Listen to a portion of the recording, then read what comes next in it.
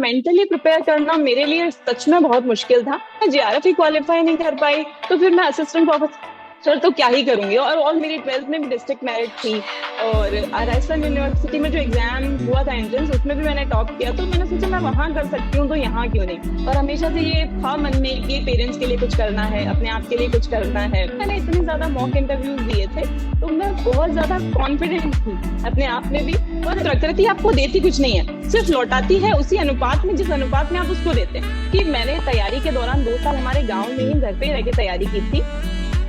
तो उस टाइम आते ही सबसे पहले मुझे देखते ही लोगों का क्वेश्चन होता था, और यहाँ चला तारी तैयारी लागी होने की हाल तू। साथियों नमस्कार। आज हमारे बीच है असिस्टेंट प्रोफेसर प्रगति पांडे। प्रगति, आपका हमारे यूट्यूब चैनल पर बहुत बहुत स्वागत है। Thank you so much sir. सबसे पहले तो आपको इस अर्ली एज में पूरे राजस्थान में 7th रैंक के साथ में आरपीएससी असिस्टेंट प्रोफेसर क्वालिफाई करने पर बहुत बहुत बधाई हो। Thank you so much sir. और आपको भी मैं बधाई देना चाहूंगी कि आपने भी बहुत अर्ली एज में बहुत अच्छी रैंक से आप सेलेक्ट हुए हैं। Thank you ma'am. मैम, इससे पहले हम आपकी जर्नी के बारे में जाने, सबसे पहले आपके educational background and family background के बारे में बताइए, ताकि जो भी हमारे एक्सपीरियंस हैं वो आपको अपने आप को आपसे कनेक्ट कर पाए। जी, मैं नागौर में परबतसर के एक गांव बड़ू से बिलोंग करती हूँ। और मेरी फैमिली में मेरे पापा मम्मी हैं और 3 बहनें हैं और एक भैया है। हमारी फैमिली में दूर दूर तक कोई भी गवर्नमेंट जॉब में नहीं है। एक चीज ये है, स्टडीज में किसी ने इतना अच्छा करियर परस्यू नहीं किया है। और अगर मैं मेरी स्टडीज की बात करूँ, तो जो स्कूलिंग है मेरी, वो मैंने हमारे गांव के ही स्कूल से कंप्लीट की थी 12th तक। और ग्रेजुएशन मैंने 2018 में कंप्लीट किया है महारानी कॉलेज जयपुर से। देन मैंने पोस्ट ग्रेजुएशन किया ज्योग्राफी में 2018 से 20 के बीच में, department of geography university of Rajasthan से। उसके बाद मैं नेट तो उसके साथ साथ ही हो गई थी। उसके बाद मैं जेआरएफ के लिए ट्राई किया, और टाइमली ही वैकेंसी आ गई थी। तो फिर असिस्टेंट प्रोफेसर के लिए ट्राई किया, और आज रिजल्ट आपके सामने। मैम और आप अभी मैं पीएचडी भी कर रही हूँ एमडीएस यूनिवर्सिटी अजमेर से। मैम आप 23.5 साल की उम्र में आरपीएससी असिस्टेंट प्रोफेसर में सेलेक्ट हो गए हो। मतलब 1999 आपकी डेट ईयर ऑफ बर्थ है, और मात्र 23.5 साल की उम्र में असिस्टेंट प्रोफेसर जैसी पोस्ट में सेलेक्ट होना एक छोटी मोटी बात नहीं होती। तो क्या आपकी रणनीति रही, किस प्रकार आपने अपनी प्रिपरेशन को मैनेज किया कि आप इस मुकाम पे पहुंचे हो? अपना एक्सपीरियंस शेयर कीजिएगा। जी सर। वैसे तो जब मेरी पीजी चल रही थी तभी ये वैकेंसी आई थी। मैं शाम की बात थी, मुझे याद है, किसी सीनियर ने मुझे नोटिफिकेशन भेजा था। तो उस नोटिफिकेशन को देख के तभी मैंने डिसाइड कर लिया था कि इसकी तो प्रेपरेशन करनी है। कहीं ना कहीं पीजी कर रहे थे, नेट कर रहे थे, तो वो चीजें दिमाग में थी। उसके बाद में धीरे धीरे उसके बारे में सिलेबस को बहुत अच्छे से समझा, जो मेरे वीक पॉइंट्स थे उनको बहुत अच्छे से देखा, कहाँ मैं बहुत अच्छा कर सकती हूँ उनको अच्छे से देखा। उसके बाद में जो प्रीवियस ईयर पेपर्स थे उनको मैंने बहुत अच्छे से एनालिसिस किया, क्योंकि जेआरएफ की प्रेपरेशन के टाइम में मैं ये गलती कर चुकी थी। तो मैंने सोचा था इस बार मुझे ये दोहराना नहीं है। फिर मैंने कुछ टॉपर्स के वीडियोस देखे, कुछ सीनियर से बात की, और मैंने एक बहुत अच्छे से बुक लिस्ट तैयार की। देन एक चीज ये भी आ गई थी कि अप्रैल में एग्जाम होने वाला था पहले हमारा, बाद में पोस्टपोन हुआ था। तो काफी कंसाइज में, जी, काफी कंसाइज मैंने अपनी बुक लिस्ट को रखा। और टेस्ट भी ज्वाइन की थी मैंने साथ में। भाटिया आश्रम एक कोचिंग है उसकी, और मंथन की थी सब्जेक्ट की, जो प्रेपरेशन जीके वाला पोर्शन था उसके प्रेपरेशन के लिए। ऐसे टाइम बीतता गया। फिर इसका रिजल्ट आया, रिटन एग्जाम वाला रिजल्ट आया जून में। और स्कोर भी ठीक था, ऐसे लग रहा था कि सिलेक्शन हो सकता है। फिर इंटरव्यू के लिए काफी सारी जगह पे मॉक इंटरव्यूज दिए। फिर final 11th of December November sorry को मेरा इंटरव्यू था, और 21st ऑफ नवंबर को रिजल्ट आ गया। I got 7th rank. Ma'am, आपके 2020 में आपकी पीजी है, और उसी साल भर्ती आती है। तो पीजी करने जी वाले सर। विद्यार्थी के लिए जो पहला टारगेट था कि नेट, नो डाउट आपने नेट तो पीजी के साथ जी कंप्लीट कर लिया। लेकिन उसके बाद में आरपीएससी, वही असिस्टेंट प्रोफेसर, एक बहुत बड़ा एजुकेशन सेक्टर में सबसे बड़ा पोस्ट है। उसके लिए आपने जी अपने आप को मेंटली कैसे प्रिपेयर किया? क्योंकि इस फील्ड में जी सर। ऑलरेडी वो धुरंधर बैठे थे जो पिछली बार सेलेक्ट नहीं हुए थे। जी सर। सर आपने बहुत सही क्वेश्चन किया। मेंटली प्रिपेयर करना मेरे लिए सच में बहुत मुश्किल था, क्योंकि एक तो बहुत सारे सीनियर्स ऐसे टच में थे जो जो पिछली बार कुछ मार्जिन से रहे थे। इसके अलावा उन कई लोग ऐसे होते हैं जिनका सब्जेक्ट भी बहुत अच्छा होता है और जीके भी बहुत अच्छी होती है। जैसे टेलीग्राम पे क्विज़ेस चलती थी उसमें भी मैं देखती थी। इसके अलावा मेरे साथ में एक प्रॉब्लम ये हो गई थी कि मैंने मास्टर्स के साथ साथ बहुत अच्छे से जेआरएफ की प्रिपरेशन की, बट इवन देन भी मेरा सिलेक्शन नहीं हो पाया। मेरे कई फ्रेंड्स का हो गया, तो मेरे लिए वो चीज थी कि मैं जेआरएफ ही क्वालिफाई नहीं कर पाई, तो फिर मैं असिस्टेंट प्रोफेसर तो क्या ही करूंगी। और ऑलमोस्ट जो टाइमिंग थी वो सेम थी, जो रिजल्ट आया था जेआरएफ वाले का वो दिसंबर था और नवंबर में वैकेंसी आई थी। तो 10-15 दिन लगे मुझे अपने आप को कोप अप करने के लिए ठीक से। पर ठीक है, फ्रेंड से बात की मैंने, पुराने रिजल्ट्स के बारे में सोचा, क्योंकि मेरी 12th में भी डिस्ट्रिक्ट मेरिट थी और राजस्थान यूनिवर्सिटी में जो एग्जाम हुआ था एंट्रेंस उसमें भी मैंने टॉप किया, तो मैंने सोचा मैं वहां कर सकती हूँ तो यहाँ क्यों नहीं। फिर इस तरीके से धीरे धीरे टाइम बीतता गया। पेरेंट्स से भी मैं बात करती थी इस बारे में, और टेस्ट सीरीज मैंने जो ज्वाइन की थी उसमें जब मेरी रैंक इंप्रूव होने लगी तो मुझे लगा कि शायद मैं कर सकती हूँ। और हमेशा से ये था मन में कि पेरेंट्स के लिए कुछ करना है, अपने आप के लिए कुछ करना है, एक अच्छी सोशल रिस्पॉन्सिबिलिटी मैं निभाना चाहती थी, तो हो गया टाइम के साथ। एक चीज मैम सही बोला आपने, जब भी हम डिमोटिवेट होते हैं तो जो अपना पुराना ट्रैक रिकॉर्ड देखते हैं कि हमने 12th में ऐसा किया था, बिल्कुल। इसके बाद में इसमें ऐसा कुछ अचीवमेंट हुआ है, तो वहां से एक ऑटोमेटिक अंदर से मोटिवेशन आ जाता है। बिल्कुल सर। फिर लगता है कि अपन ये तो अपन कर ही सकते हैं, इसमें कोई बड़ी बात नहीं है।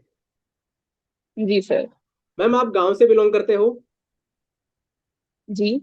तो मैम गांव और शहर के बीच में कुछ डिफरेंस आपको लगा कि गांव का बंदा कुछ कर सकता है नहीं कर सकता? कई बार लगता है कि हम तो गांव से बिलोंग करते हैं, गाइडेंस की कमी रहती है या सपोर्ट की कमी रहती है, तो ऐसा कुछ स्ट्रगल या कुछ समस्याओं का सामना करना पड़ा? जी सर, बिल्कुल। 12th के बाद में जब मैं महारानी कॉलेज में आई थी अपनी ग्रेजुएशन के लिए, तो वहां के बच्चों को जब मैं देखती थी तो वो ऑलराउंडर होते थे। वो ना सिर्फ पढ़ाई में अच्छे होते थे, वो को करिकुलर एक्टिविटीज में ही उतने अच्छे होते थे। तो कहीं ना कहीं इंफीरियर फील होता था कि हम उतने अच्छे नहीं हैं, कॉन्फिडेंस भी डाउन हो जाता था। कई चीजों को लेके लगता था कि स्टडीज के साथ साथ इन चीजों को मैनेज करना बहुत मुश्किल है। बट एक टाइम के साथ साथ कुछ भी सपोर्ट किया, अच्छे दोस्त रहे और माहौल अच्छा मिला। टाइम के साथ साथ ऐसा लगने लग गया कि ठीक है, हम भी कर सकते हैं। स्ट्रगल तो डेफिनेटली उस टाइम पे काफी करना ही पड़ा था उस माहौल में ढलने के लिए। ये मैम सही बात बोला, जो यूनिवर्सिटी के बच्चे होते हैं वो एक्स्ट्रा करिकुलम एक्टिविटीज है उसमें बहुत एडवांस बिल्कुल। होते हैं।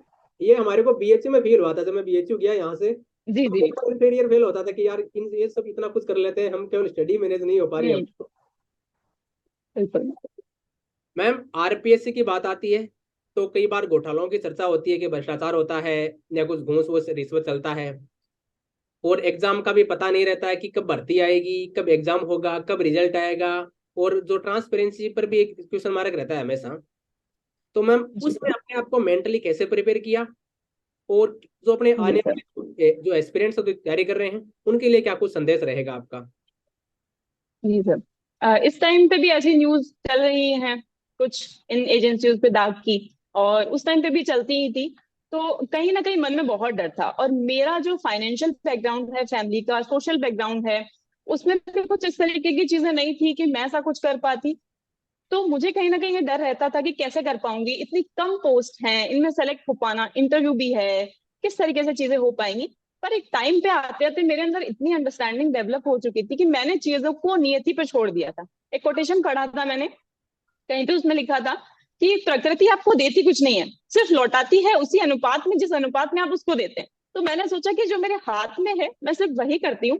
एक वीडियो देखा था मैंने, आईएएस टॉपर रह चुके हैं कनिष्क कटारिया जी का, उसमें उन्होंने कहा था ओनली कंट्रोल द कंट्रोलेबल्स। तो मैंने भी बस वही किया कि जो मेरे हाथ में है सिर्फ मैं वो करती हूँ।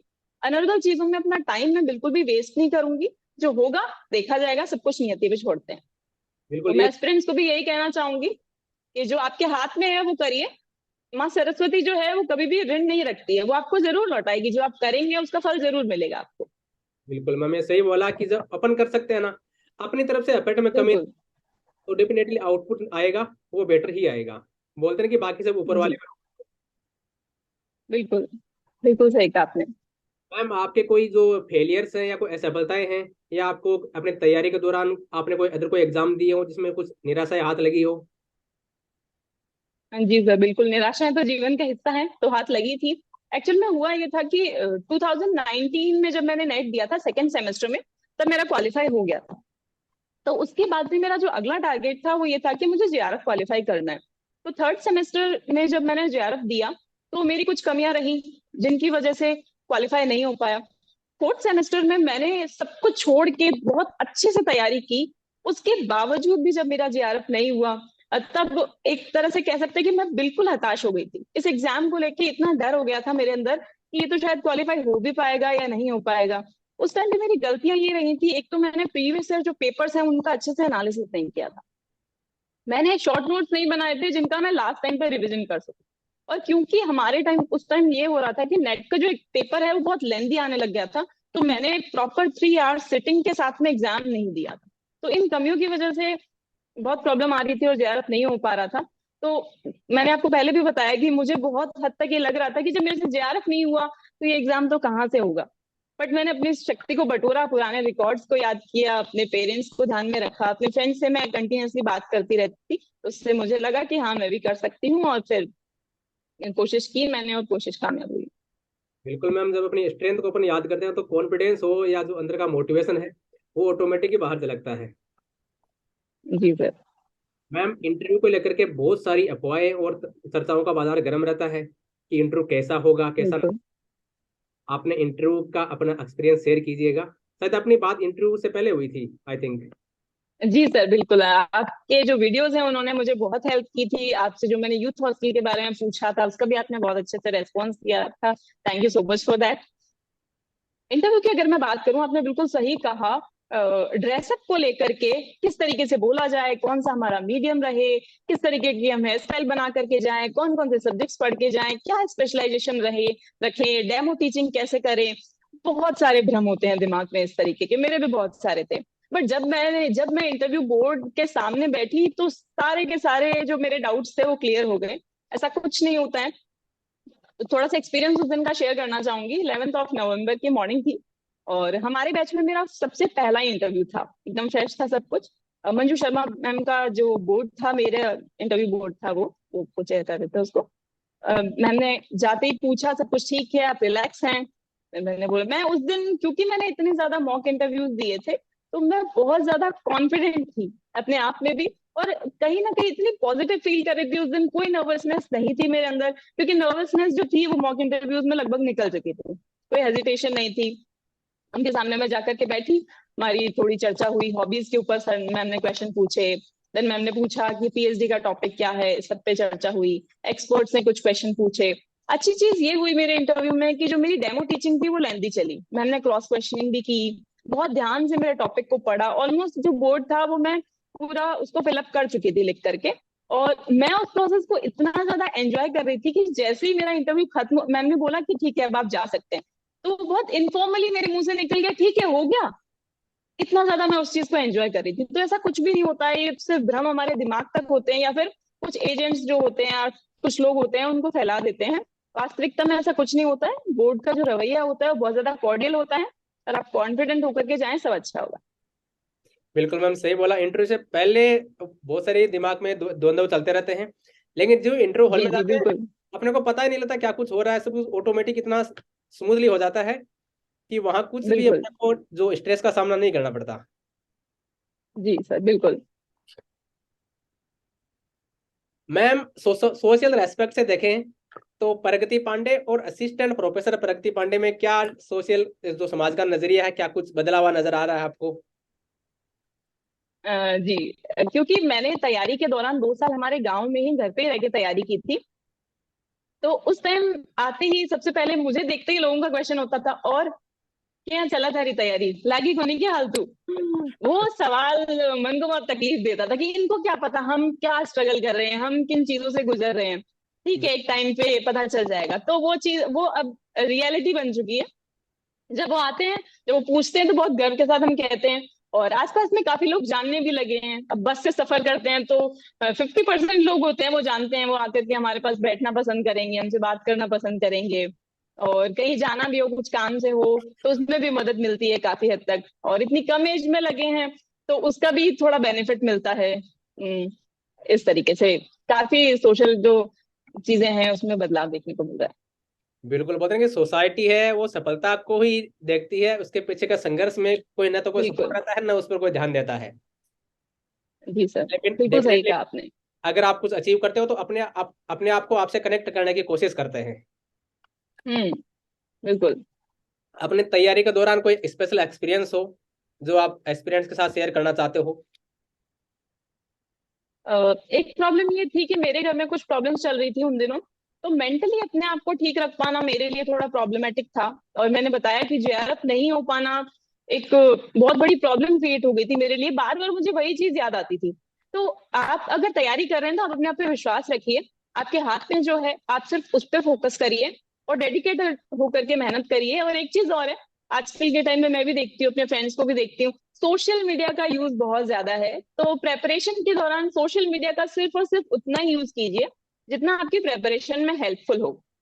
साथ ही साथ अपनी फिजिकल और मेंटल हेल्थ का थोड़ा ध्यान रखिए। मैंने थोड़ा कम रखा था, इसके साइड इफेक्ट्स मुझे बाद में देखने को मिले थे। इसके अलावा बस जो चीजें कंट्रोलेबल हैं आपकी, उस पर ध्यान दीजिए। सिलेबस को बहुत अच्छे से थरली देखिए। हमारे सब्जेक्ट में सर ये होता है कि बहुत ज्यादा डाइवर्सिटी होती है। तो अगर आपकी फिजिकल ज्योग्राफी वीक है तो आप ना डरें। आपको स्टेटिस्टिक्स कम आती है तो आप उसको बैलेंस आउट करें। आपका अगर ह्यूमन ज्योग्राफी में इंटरेस्ट नहीं है तो भी आपको डरने की जरूरत नहीं है। आप फिजिकल और स्टेट्स के बेसिस पे उसको अच्छे से कर सकते हैं। यही मैसेज होगा मेरी तरफ से एस्पिरेंट्स के लिए। चलो मैम, बहुत बढ़िया लगा आपसे बात करके। नो डाउट मैं भी प्राउड फील कर रहा हूँ कि मैं यंगेस्ट एज की जो असिस्टेंट प्रोफेसर से बात कर पा रहा हूँ, इंटरेक्ट कर पा रहा हूँ। ये हमारे लिए भी मोटिवेशन है। Thank you so much sir. आपने अपना कीमती समय निकाला और जो भी एस्पिरेंट्स से तैयारी कर रहे हैं उनके लिए अपना मैसेज डिलीवर जी किया, सर। इसके लिए आपका बहुत बहुत धन्यवाद। और एक बार फिर से थैंक आप यू सो मच सर, आपने मुझे इनवाइट किया इस प्लेटफॉर्म पे अपने आप को लोगों से इंट्रोड्यूस करवाने के लिए। Thanks a lot.